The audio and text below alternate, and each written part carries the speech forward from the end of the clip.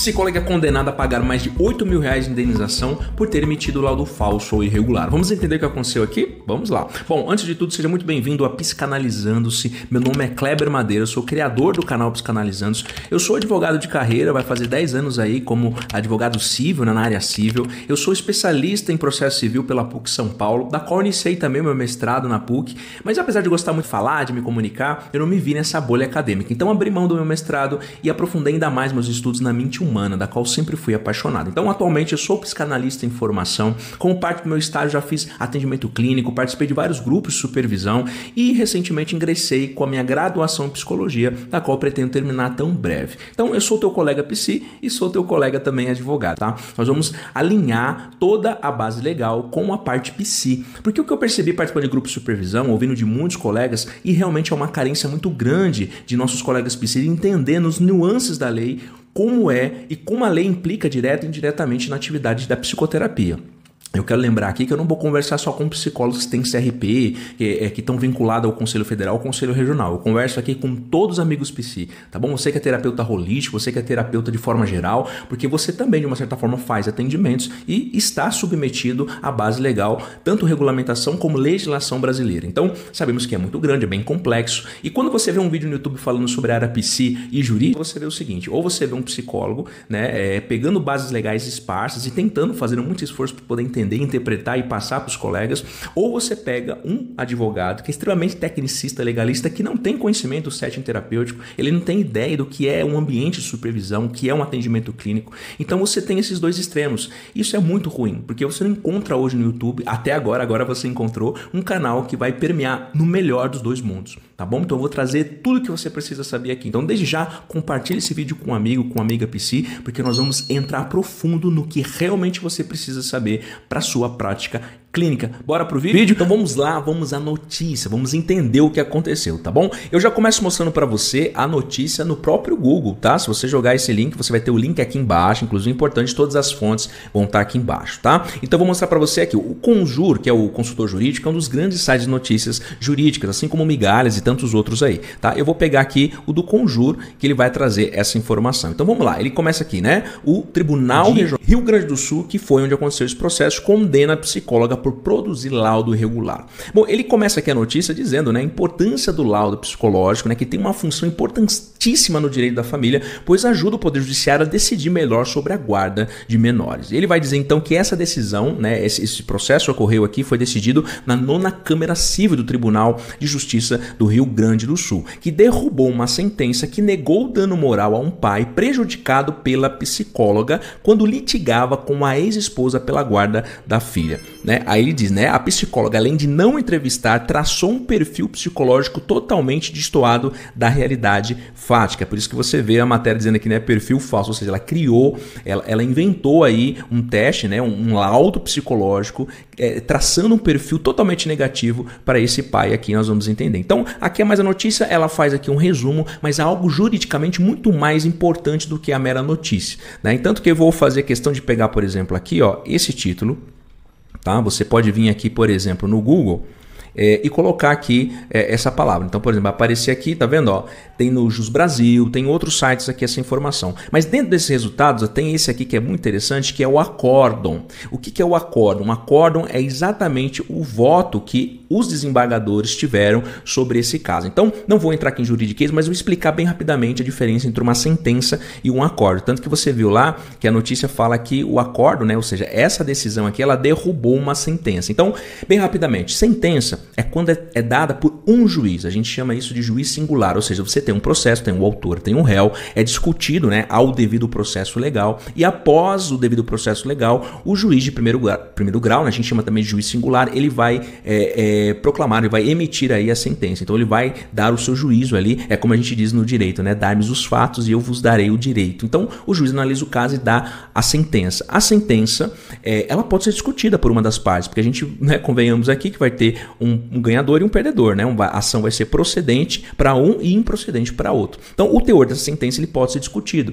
Isso vai para o Tribunal de Justiça. Então, todo estado tem um Tribunal de Justiça. Cada Tribunal de Justiça tem as suas câmeras. Então, aquele que se sentiu prejudicado por aquela sentença vai fazer um apelo à segunda instância, que é o tribunal. E exatamente o que aconteceu aqui, por isso que você vê esse nome, apelação civil. Tá? Então vamos entender, isso aqui que nós estamos lendo, nós chamamos de ementa. Então a ementa, ela é um resumo, né? Ela vai resumir o que aconteceu nesse julgamento, tá bom? Então, explicada aqui a diferença entre sentença e acórdão. É verdade, o acórdão, por que ele tem esse nome? Porque o acórdão, diferente de ser um juiz apenas que julga, agora nós temos um colegiado de juízes, da qual nós chamamos aqui de desembargadores, tá? Então todo Tribunal de Justiça, ele não tem apenas um juiz julgando um caso, ele vai ter um colegiado de juízes, sempre em número ímpar, né? Essas turmas aqui vai ter número ímpar de juízes, que nós chamamos de desembargadores, decidindo o que vai fazer com aquela sentença que está sendo discutida, ou vai ser anulada ou vai ser reformada. Então é um apelo que se faz, por isso o nome de apelação civil. Bem rapidamente, bem basicamente, só para você entender a diferença entre sentença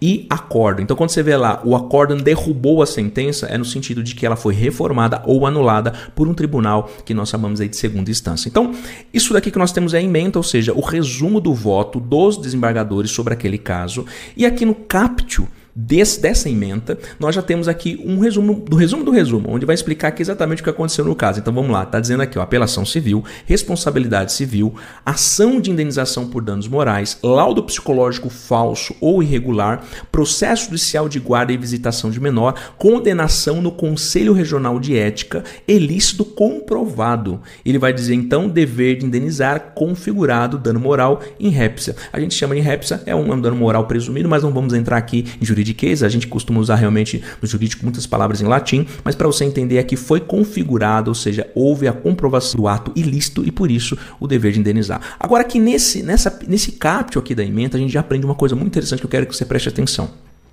Aqui nós estamos falando de uma condenação na esfera judicial e nós estamos... O captio vai trazer informação de que ela foi condenada também no Conselho Regional de Ética. O que você tem que se ater aqui? Primeiro, que você como psi, como eu já falei, não falo aqui só com psicólogos que têm o CRP ou que estão vinculados ao Conselho Federal ou Regional. Eu falo com todos os amigos psi, terapeuta holístico, terapeuta geral, psicanalista de curso de formação livre. O que você precisa entender? Que há duas esferas legais da qual você tem que se ater.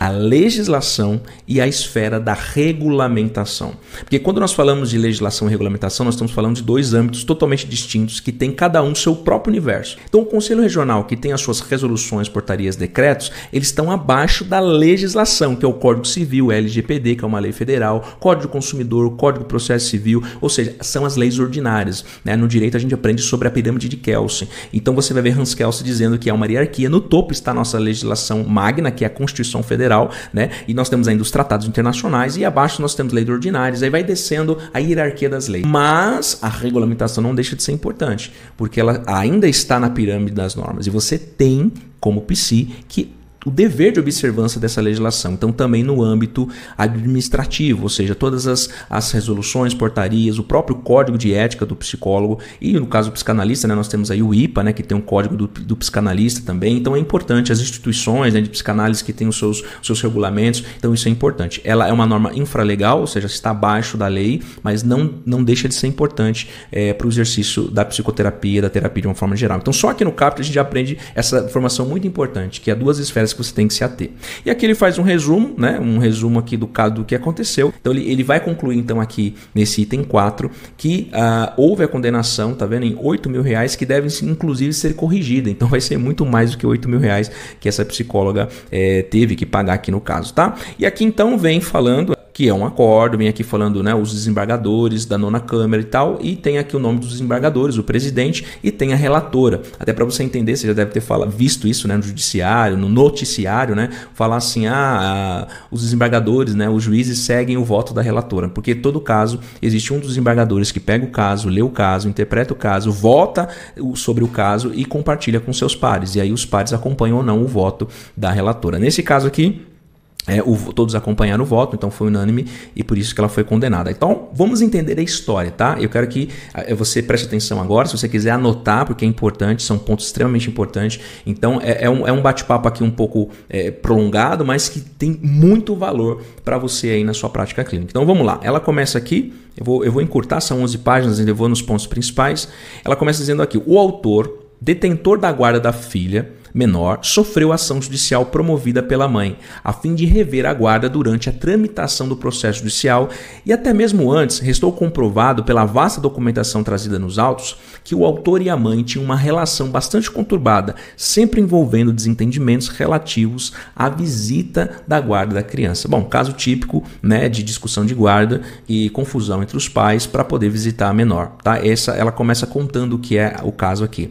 Uma coisa importante, como as palavras, para não entrar aqui na juridiquês, vai falar ré, demandada, autor, demandante, eu vou fazer o máximo aqui para substituir, para ficar mais claro para você entender, tá bom? Então ela continua a história aqui. Em razão das dificuldades desse relacionamento entre o autor e a mãe da criança, então o autor, você já entendeu aqui que foi o pai dessa criança que entrou com uma ação contra a psicóloga em primeira instância, pedindo danos morais justamente pelo falso laudo, né, o falso laudo psicológico. E ele ganhou, né, foi comprovado ali que o laudo era irregular, mas ele perdeu em danos morais. O juiz de primeiro grau, o juiz singular, não quis dar danos morais. É por isso que ele pleiteou, ele apelou para o Tribunal de Justiça. Então fala aqui, esse caso esteve por diversas vezes sobre orientação do Conselho Tutelar da cidade X, e obviamente aqui todos os dados são preservados. Então fala, há inclusive comprovação de que esse Conselho Tutelar já vinha acompanhando esse caso há mais de 4 anos, né? Após inúmeros problemas ocorridos em torno da visitação da menor, o Conselho Tutelar redigiu um ofício ao Ministério Público relatando a situação vivenciada pela criança para que a promotoria providenciasse ali um acordo entre os pais a fim de afastar a situação de risco da infante, ou seja, da menor da criança, tá? A qual sustentou o conselho ser frequentemente quando a mãe iria visitar a criança na casa do pai. Então, houve intervenção do Conselho Tutelar, o Conselho Tutelar fez um ofício ao Ministério Público dizendo, olha, para a proteção da criança, vocês precisam intervir, porque a situação já é bem complexa. Então fala a partir de vários encontros que efetivamente desenrolou entre as partes e principalmente envolvendo a demandada. Quem é a demandada? A psicóloga, olha só, que era voluntária aqui então do Conselho Tutelar. Então já entenderam o papel da psicóloga aqui. Então a psicóloga era voluntária dentro desse Conselho Tutelar. Ou seja, o Ministério Público recebeu o ofício, solicitou à psicóloga que elaborasse um estatuto social a fim de subsidiar as providências que adotaria para o caso, tendo a psicóloga, por sua vez, emitido 2 laudos psicológicos, o primeiro para a mãe da criança e o segundo para o pai. Então tá claro aqui. Acontece que sustenta o pai da criança que o laudo elaborado pela psicóloga era falso, já que em momento algum ele se submeteu à entrevista com a psicóloga. Destacou que o laudo foi anexado num processo onde se discutia guarda e regulação de visita. E que, em razão do perfil negativo traçado pela psicóloga, em contraposição ao laudo psicológico positivo feito em relação da mãe, ele foi lesado, pois o intento da psicóloga era de influenciar diretamente a decisão do juiz na ação judicial que envolvia a menor. Olha que situação. Então, vamos contextualizar aqui. Então, o pai dessa criança se sentiu prejudicado por essa situação, ou seja, quando a psicóloga, que era voluntária do Conselho Tutelar, ela foi ali requisitada para intervir no caso, ela elaborou 2 laudos psicológicos. Então, um para a mãe e um para o pai, né? Só que para o pai, ela sem fazer entrevista, sem nada, traçou um perfil totalmente negativo. E para a mãe já um perfil totalmente positivo. Né? E nós vamos ver aqui que era falso, por quê? Porque ele nunca chegou a ter entrevista com essa psicóloga. Ela simplesmente elaborou o laudo, colocou ali as suas conclusões, razões, nós vamos ver isso mais para frente, e fez questão de que esse laudo fosse anexado no processo, né? Que discutia a regulação de visita justamente para tentar influenciar a decisão do juiz. Olha a gravidade disso. Olha onde essa psicóloga, olha o que ela fez, olha onde ela se meteu aqui. Então a desembargadora vai continuar aqui a história. Ele destacou ainda que quando descobriu, o pai da criança, que quando descobriu que o laudo psicológico era falso, né, no caso, procurou todos os meios possíveis para comprovar a falsidade e a irregularidade do documento. Então procurou aqui o Conselho Tutelar, dentre eles, ela conta aqui, o Ministério Público e o Conselho Regional de Psicologia, órgão em que a demandada, a psicóloga, sofreu o processo disciplinar. Gente, aqui já é um ponto muito importante. Olha só, quando a gente fala da relação terapeuta-paciente, às vezes o amigo psi, ele pensa assim, bom, então talvez a única origem ou fonte da qual eu possa ser demandado juridicamente ou administrativamente seja do meu cliente, né? Seja do meu paciente. como você pode ver aqui. Nesse caso em específico, o próprio Conselho Tutelar oficiou o Ministério Público. Inclusive, você pode ser acionado, você amigo psi, vamos dizer assim, por uma denúncia no Conselho Tutelar, do Ministério Público, no PROCON, né? Então, essa relação terapeuta-paciente, ela não se resume só ali dentro do setting terapêutico. Você pode ser acionado por várias vias. E aqui no caso dessa psicóloga, quando o pai procurou o Conselho Regional, provavelmente fez uma denúncia, o Conselho de Ética instaurou um processo disciplinar e ela diz aqui, ela foi condenada pelo Conselho Regional. E aqui nós temos então a esfera administrativa em atuação. Então, se você é amigo psi e não domina o Código de Ética, não acompanha as resoluções e o mais importante, a gente vai entender aqui o que aconteceu. Vamos lá, vamos seguir aqui, a gente vai falar. Olha só, a ré, ou seja, a psicóloga, por vez, se defendeu apontando que realizou os laudos psicológicos em atendimento à solicitação do Ministério Público e que na condição de voluntária do Conselho tinha competência profissional para elaborar os documentos que foram confeccionados a partir do acompanhamento tanto do pai quanto da mãe da criança. Sabe que você lê aqui nas entrelinhas, isso aqui um advogado já pega logo assim de cara quando ele está interpretando uma decisão judicial? O que a desembargadora quis dizer aqui?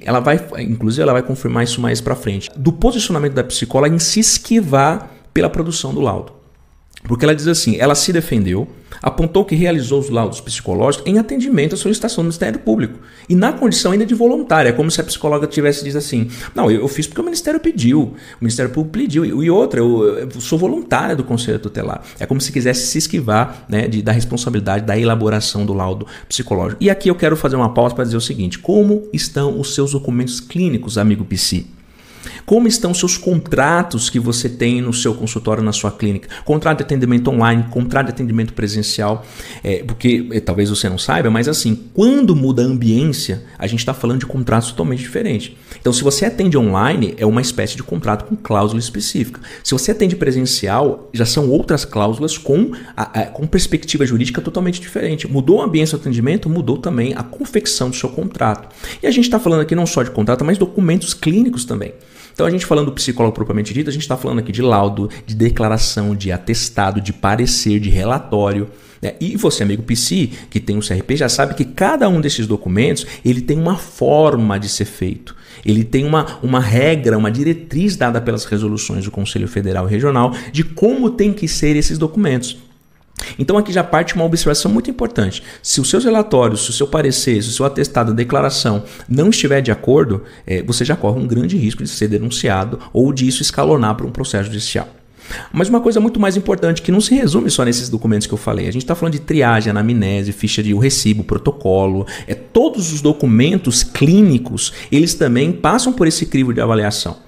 Então você pode dizer assim, mas uma declaração, mas sei lá, uma ficha de triagem, uma anamnese propriamente dita, ela não está dentro do crivo de diretrizes, mas pode ter certeza, se o teor dela estiver fora e a própria forma, se não tiver uma coerência, ela é passível de discussão, inclusive em nível não só administrativo, né, como Conselho de Ética, mas também judicial, que nós vamos ver aqui e você vai assim, abrir os seus olhos para você ver que o judiciário sim, ele vai em cima do teor, inclusive, desses documentos clínicos. E com base nisso eu quero dizer uma coisa para você. Às vezes um amigo psi pode dizer assim, mas eu tenho uns modelinhos genéricos que eu acho na internet.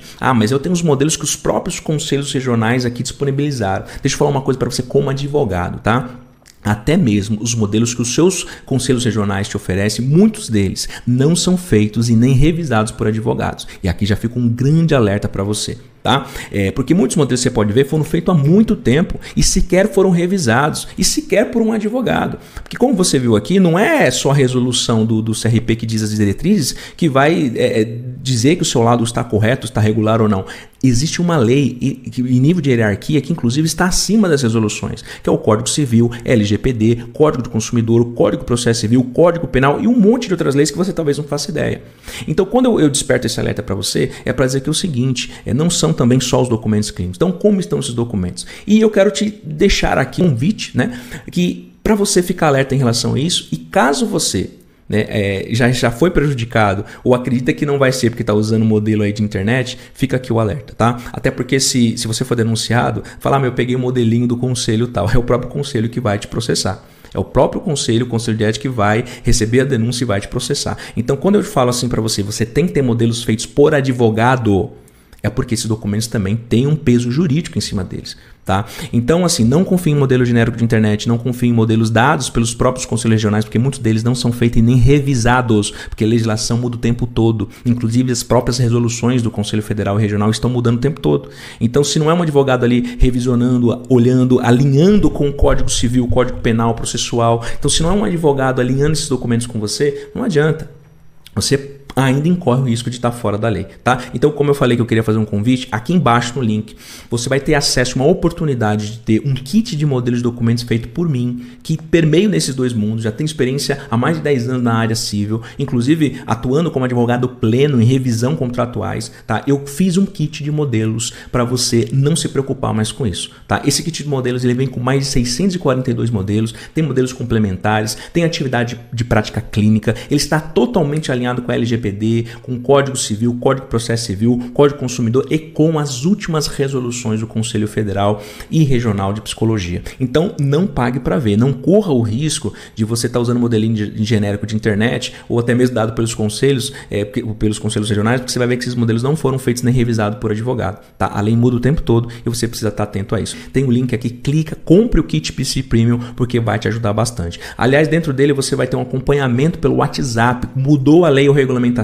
você vai ser informado em tempo real. Além de ter atualização automática dos modelos, ou seja, mudou hoje uma legislação alterando a diretriz de um documento clínico, de um documento, de um contrato, por exemplo, a lei, por exemplo, o Código Civil alterou alguma coisa, a teoria geral dos contratos teve uma outra definição jurisprudencial, você vai ter isso dentro desse kit premium, tá? Então não demole. Então compre aí o kit que você vai estar muito bem amparado. Continuando aqui a nossa história, a desembargadora vai então concluir aqui o resumo do que aconteceu, embora o magistrado de primeiro grau tenha reconhecido o ato ilícito, como nós falamos, embora o juiz de primeiro grau, o juiz singular, deu a sentença reconhecendo que o laudo era irregular, em relação ao julgamento de danos morais, foi improcedente. Então foi por isso que foi o motivo, né, aqui do autor entrar com um apelo no Tribunal de Rio Grande do Sul, tá? Então, é isso que está sendo analisado. E ela começa então aqui já dizendo, ó, de pronto eu já reformo a sentença. Então, ou seja, de cara vai ter danos morais sim. Essa psicóloga vai ter que pagar, ou mais, nós vimos lá na ementa, mais de R$8.000 de indenização. Então, a desembargadora começa aqui já reformando a sentença. Como nós falamos, a sentença pode ser anulada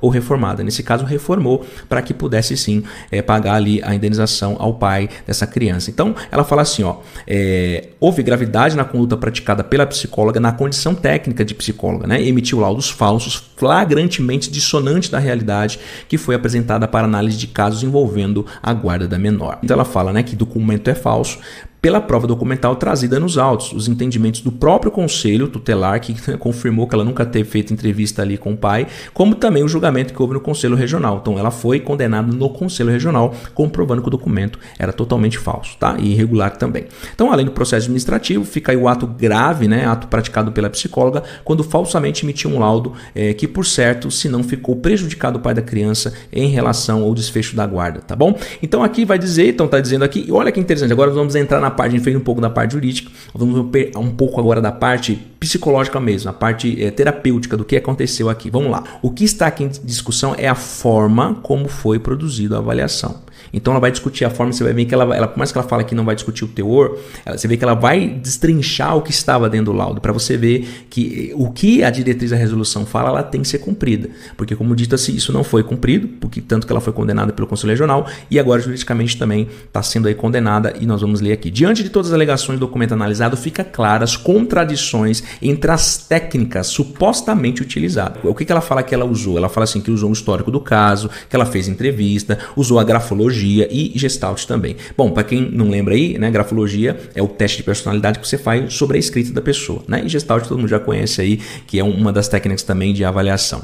No pedido de reconsideração, ela afirma que a avaliação através da grafologia foi utilizada como um complemento. Só que na defesa dela, olha a contradição, ela afirma que não foi utilizada a técnica grafológica.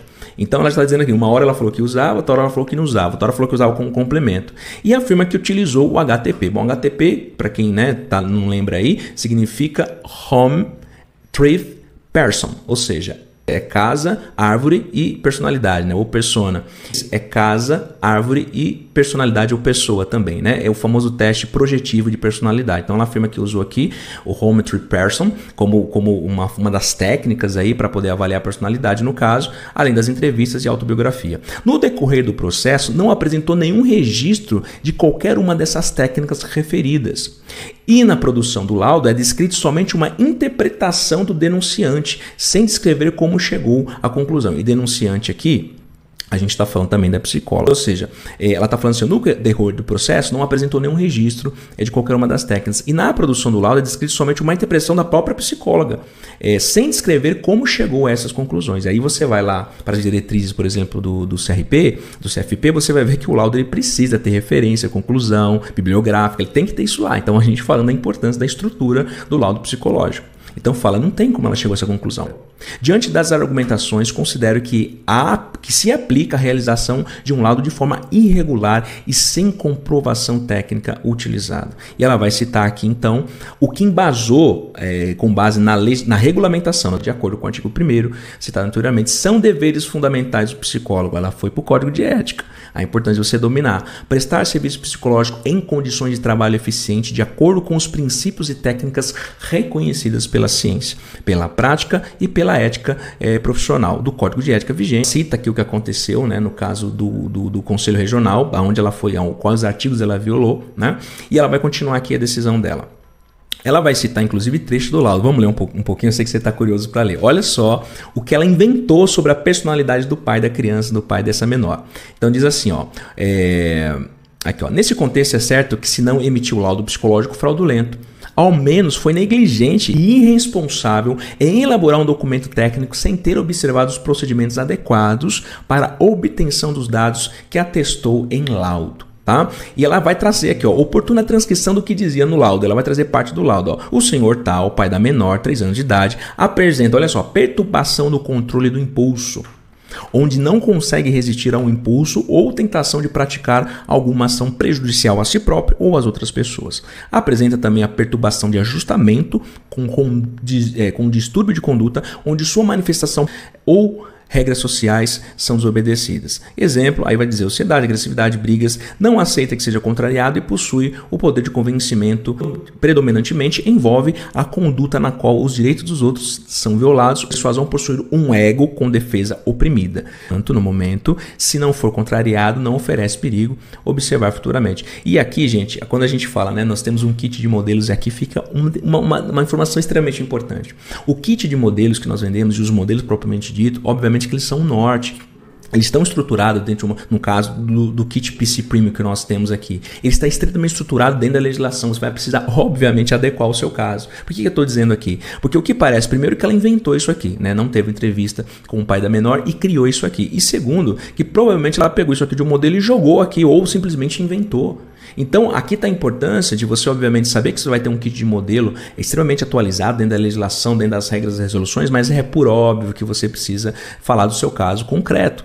Não é um copia e cola, né? Nesse caso foi pior, ele inventou isso aqui, nem fez a entrevista. Mas a importância de você adequar, obviamente, ao seu caso, né? E obviamente está dentro de uma estrutura que está dentro da estrutura atualizada em alinhamento com a legislação e regulamentação, senão não adianta você ter toda a sua subjetividade, o caso concreto bonitinho, mas dentro de uma estrutura totalmente irregular, tá bom? Então ela vai continuar aqui dizendo que consoante as provas apresentadas pelos inúmeros atendimentos do Conselho Tutelar, restou comprovado que a psicóloga não entrevistou o autor com a intenção de avaliá-lo psicologicamente, mas tão somente emitir um laudo com base no seu sentimento pessoal sobre o caso. Então, gente, né, dentro do set terapêutico, a gente usa muito a palavra transferência e contra-transferência.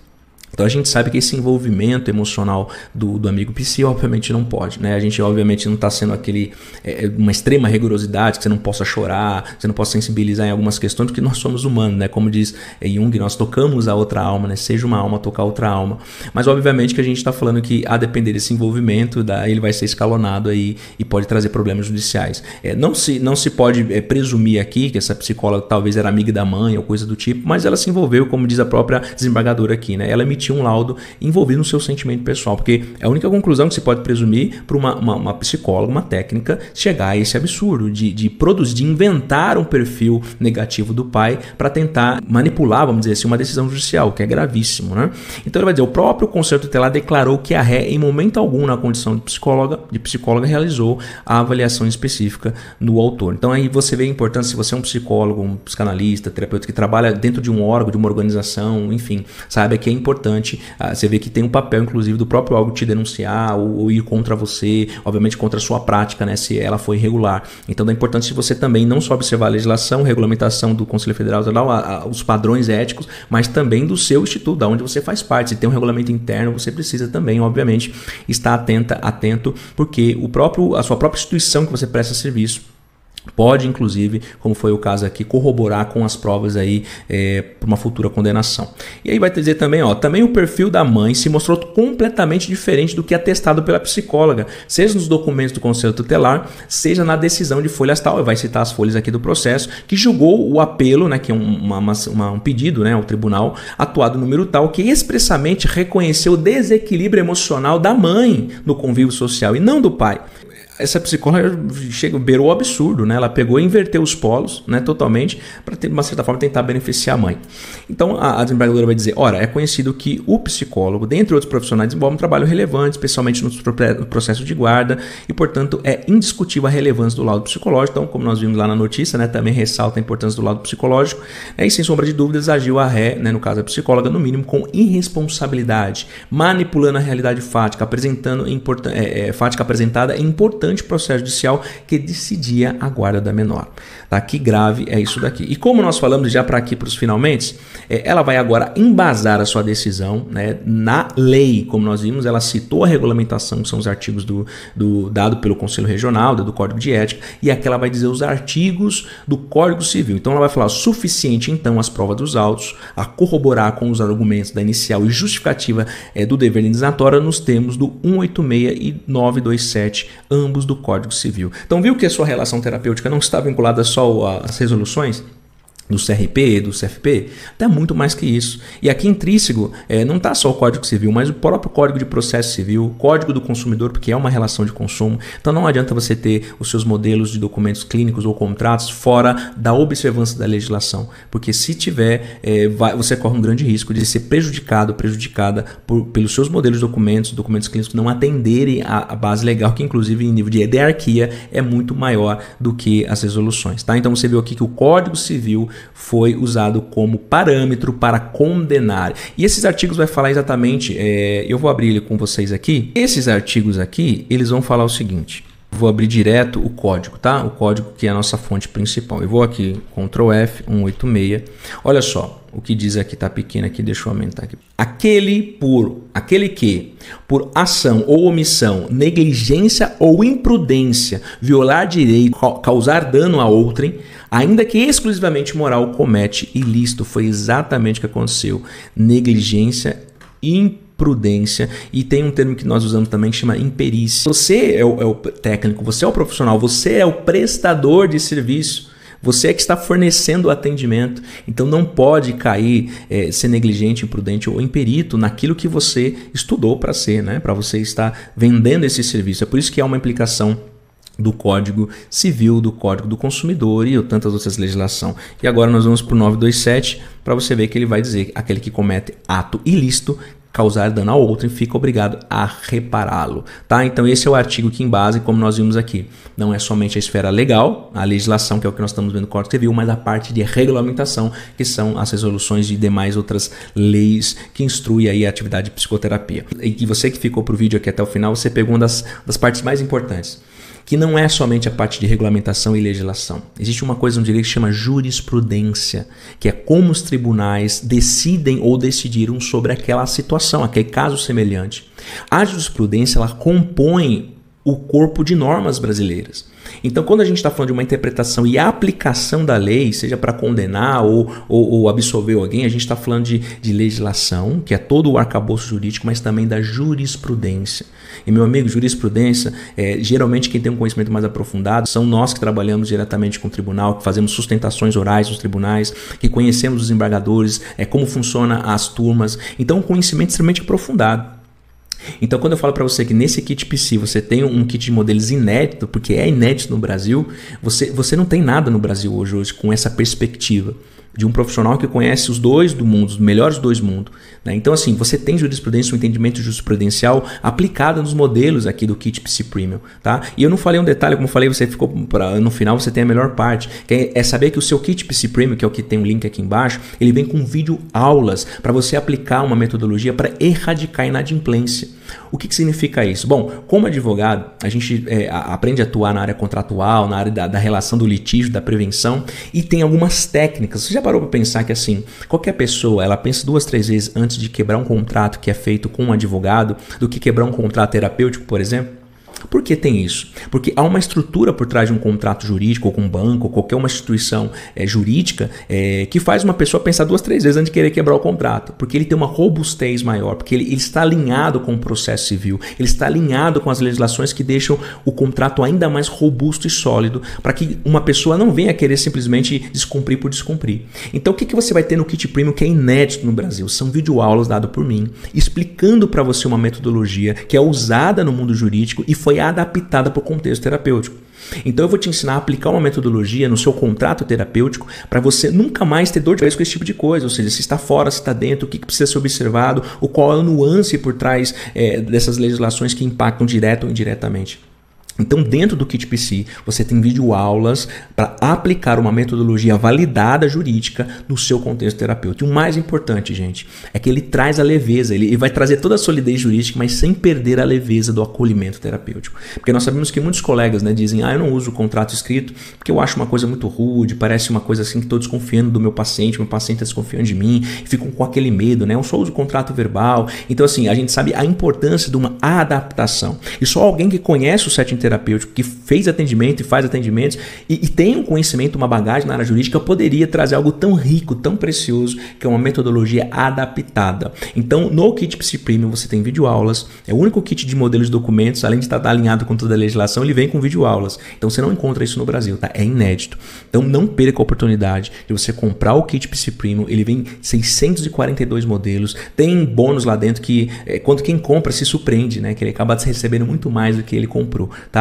Então, fica aqui meu recado, tá? Essa é a análise de hoje sobre esse caso. E no final aqui, para poder encerrar no caso aqui no acórdão, você vê então que ela vai dizer aqui a condenação, né, da psicóloga, considerando as peculiaridades do caso concreto e avaliada a condição do pai, do autor e da psicóloga, o nível de lesão sofrida, entendo por fixar o montante em R$8.000, que deve inclusive ser corrigido, né, que ela fala que vai ser corrigido, então fica muito maior o caso. Então tá aqui a condenação dessa psicóloga por emissão de um laudo irregular ou falso. E como você viu aqui, não se trata somente de uma irregularidade por ter inventado, mas por estar fora, né? Fora das normas, fora da regulamentação, fora do que precisava ter nesse laudo. E como nós falamos, você como amigo PC não usa só laudos, né?